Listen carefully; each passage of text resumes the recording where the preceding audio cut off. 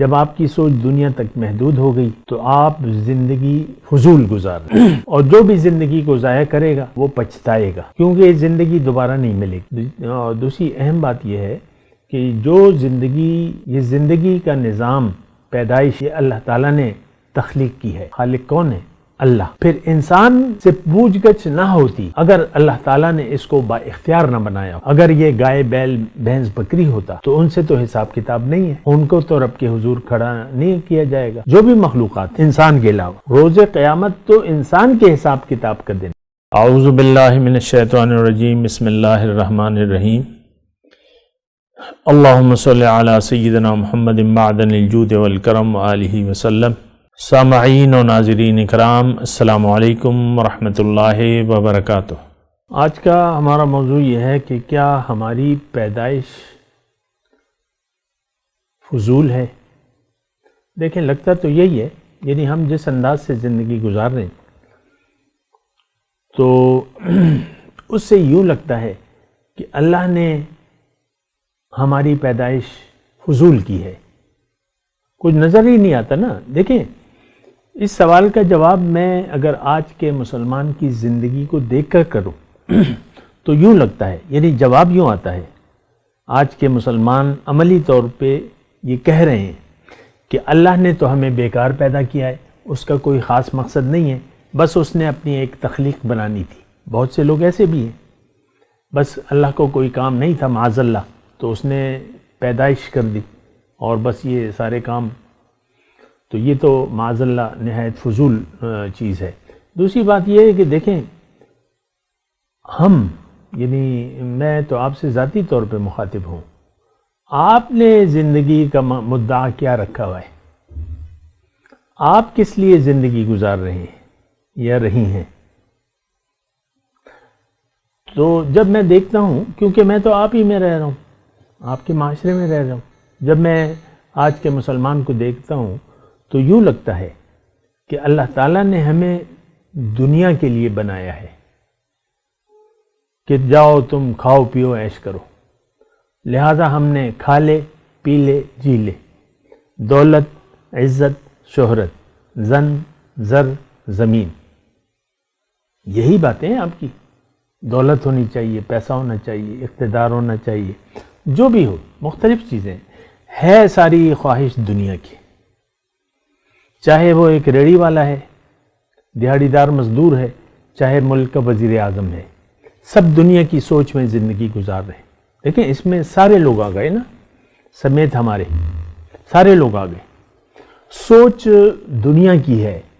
جب آپ کی سوچ دنیا تک محدود ہو گئی تو آپ زندگی فضول گزار رہے ہیں، اور جو بھی زندگی کو ضائع کرے گا وہ پچھتائے گا، کیونکہ یہ زندگی دوبارہ نہیں ملے گی۔ اور دوسری اہم بات یہ ہے کہ یہ زندگی کا نظام پیدائش یہ اللہ تعالیٰ نے تخلیق کی ہے۔ خالق کون ہے؟ اللہ۔ پھر انسان سے پوچھ گچھ نہ ہوتی اگر اللہ تعالیٰ نے اس کو با اختیار نہ بنایا ہوتا۔ اگر یہ گائے بیل بھینس بکری ہوتا تو ان سے تو حساب کتاب نہیں ہے، ان کو تو رب کے حضور کھڑا نہیں کیا جائے گا۔ جو بھی مخلوقات ہیں انسان کے علاوہ، روز قیامت تو انسان کے حساب کتاب کا دن ہے، روز جزا کا دن ہے، یا جو بھی یوم الحساب ہم جسے کہتے ہیں، وہ تو انسان سے لیا جائے گا۔ باقی جو ہزاروں مخلوقات ہیں، لاکھوں مخلوقات ہیں، تو ان سے تو کوئی حساب کتاب نہیں ہے، وہ تو مجبور محض ہیں۔ ہمیں دیکھیں، انسان کو زندگی اچھی یا بری گزارنے کا اختیار دے کے اللہ تعالیٰ نے بھجوایا ہے، لیکن اگر یہ دنیا کے خیال میں زندگی گزارے تو اس کی پیدائش فضول گئی، اس نے ضائع کر دی اپنی زندگی کو۔ اگر یہ دنیا کے خیال میں زندگی گزار رہا ہے تو اس نے اپنے آپ کو ضائع کر دیا، اس نے آپ کو ردی کی ٹوکری میں ڈال دیا۔ اللہ کے ردی کی ٹوکری جہنم ہے، یہ بات نوٹ کر لیں۔ تو دیکھیں، یہ یعنی بالکل اہم بات ہے۔ اللہ تعالیٰ نے اس بات پہ ہمیں یعنی قرآن میں توجہ دلائی ہے ما خلقنا السماوات والارض وما بینہما لاعبین۔ اللہ نے فرمایا کہ میں نے یہ آسمان اور زمین اور جو کچھ اس کے درمیان ہے یہ میں نے کھیل کے طور پہ نہیں بنایا ہے۔ اگر میں کوئی کھیل کھیلنا چاہتا، لو اردنا ان نتخذ لہوا لاتخذناہ من لدنا، اگر میرا ارادہ کھیل ہی کا ہوتا تو میں اپنی جانب سے کوئی کھیل بنا لیتا، کوئی اور۔ اب یہ تو جو تخلیق ہوئی ہے اس کا نتیجہ تو سورہ عصر میں اللہ تعالیٰ ہمیں بتا رہے کہ والعصر ان الانسان لفی خسر، انسانیت تو نقصان میں جا رہی ہے، زمانہ گواہ ہے۔ یعنی سب لوگ دنیا کے خیال میں زندگی گزار رہے ہیں، آخرت پہ کسی کا یقین ہے نہیں، اپنی منزل پہ یعنی اپنے مقصد پیدائش پر کسی کا یقین نہیں ہے۔ جب یقین نہیں ہے تو آپ پھر جس بات پہ یقین ہوگا اسی کے لیے آپ زندگی گزاریں گے۔ آج کے مسلمان کو یقین ہے کہ دنیا کا فائدہ اصل ہے، دنیا ہی حقیقت ہے، کھا لے پی لے جی لے، کھاؤ پیو عیش کرو، مزے کرو۔ آپ دیکھ لینا، آپ مزوں کے پیچھے پھرتے ہیں کہ نہیں؟ کبھی کھانوں کی طلب ہوتی ہے، آج باہر کھانا کھائیں گے، آج یہاں کریں گے، وہاں کریں گے، سیر سپاٹا ادھر ادھر، سارا یہ بھاگ دوڑ جو ہے آپ ظاہر میں زندگی کو ضائع کر رہے ہیں۔ آپ دیکھ لینا، دیکھیں ہماری روز و شب دنیا کے خیال میں گزر رہی ہے، اور ہم زبان حال سے یہ کہہ رہے ہیں کہ دنیا کے علاوہ ہمارا کوئی اور مقصد پیدائش نہیں ہے، بس یہی ہے زندگی، اور ہم اسی کے لیے زندگی گزار رہے ہیں۔ دیکھیں یہ میں کوئی انوکھی بات نہیں کر رہا، ہو سکتا ہے آپ کو میری بات انوکھی لگے، لیکن بات بالکل سادی ہے۔ آپ اپنے آپ سے پوچھیں، اپنے گردن جھکا کے، سر جھکا کے اپنے یعنی آپ خود سوچیں کہ میری منزل کیا ہے، میں نے کیا منزل بنائی ہوئی ہے۔ مجھے پتا ہے کہ ہم سب دنیا کے خیال میں زندگی گزار رہے ہیں، میں اس بات پر گواہ ہوں۔ اللہ کی طرف رجوع کرنے کے لیے کوئی تیار ہے نہیں، اس زندگی کو اللہ کے لیے خالص کرنے کے لیے کوئی تیار نہیں ہے۔ ہم سب دنیا کے خیال میں زندگی گزار رہے ہیں، اور آخرت سے ہمارا کوئی لینا دینا نہیں ہے۔